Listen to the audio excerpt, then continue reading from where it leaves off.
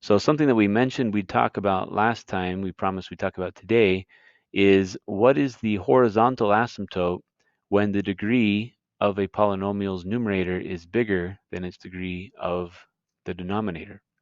So this is an example of that case. Here we have a degree 2 on the numerator and a degree 1 on the denominator.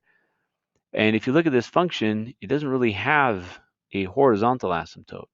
It has this sort of slanted asymptote. If we zoom out, we can see that it's definitely approaching a line, but it's not a flat horizontal line like it was with the other rational functions we talked about.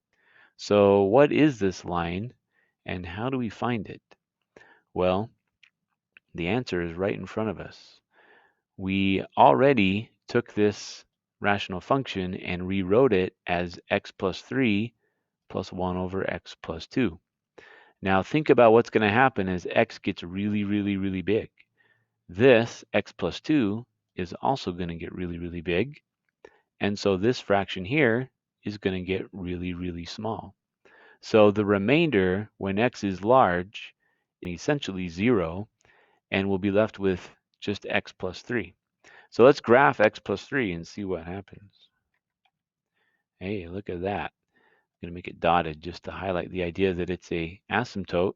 So you can see that this graph is getting closer and closer to the line x plus 3. Okay, it is in fact a asymptote, but it's a slanted asymptote. And it is what both of these functions, I mean, they're the same function, just written two different ways. It is what they are approaching as x gets really big or as x gets really small. So that is how you find a slant asymptote. You just divide using your long division and then ignore the remainder. The quotient that you get for your answer of your division problem is the slant asymptote of that rational function. Okay. Now, if you do this where the numerator's degree is equal to the denominator's degree, it'll still work out. You just ignore the remainder, and it turns out that the function that you get for your quotient, your answer to your division problem, is going to be your horizontal asymptote. In this case, it'll end up being just a number. Okay, and if the denominator has a bigger degree than the numerator, what's going to happen here is you'll end up with something that says 0 plus a remainder. And so the point I'm trying to make here is that this is the real way you find any of the end behaviors or asymptotes, whether it's a horizontal asymptote or a slant asymptote of these rational functions, is you're supposed to divide the numerator by the denominator and see what it is you get. It'll either be a function with a slant asymptote, or it'll be a number, which will be your horizontal asymptote, or it will be 0, which will be another horizontal asymptote like we saw with the function 1 over x.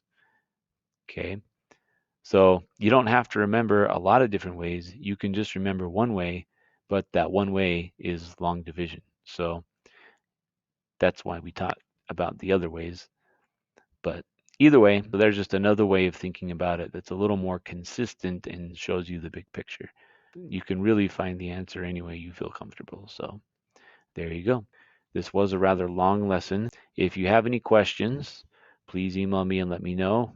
Or I also recommend watching the videos again more slowly and pausing throughout to make sure that you understand all the parts.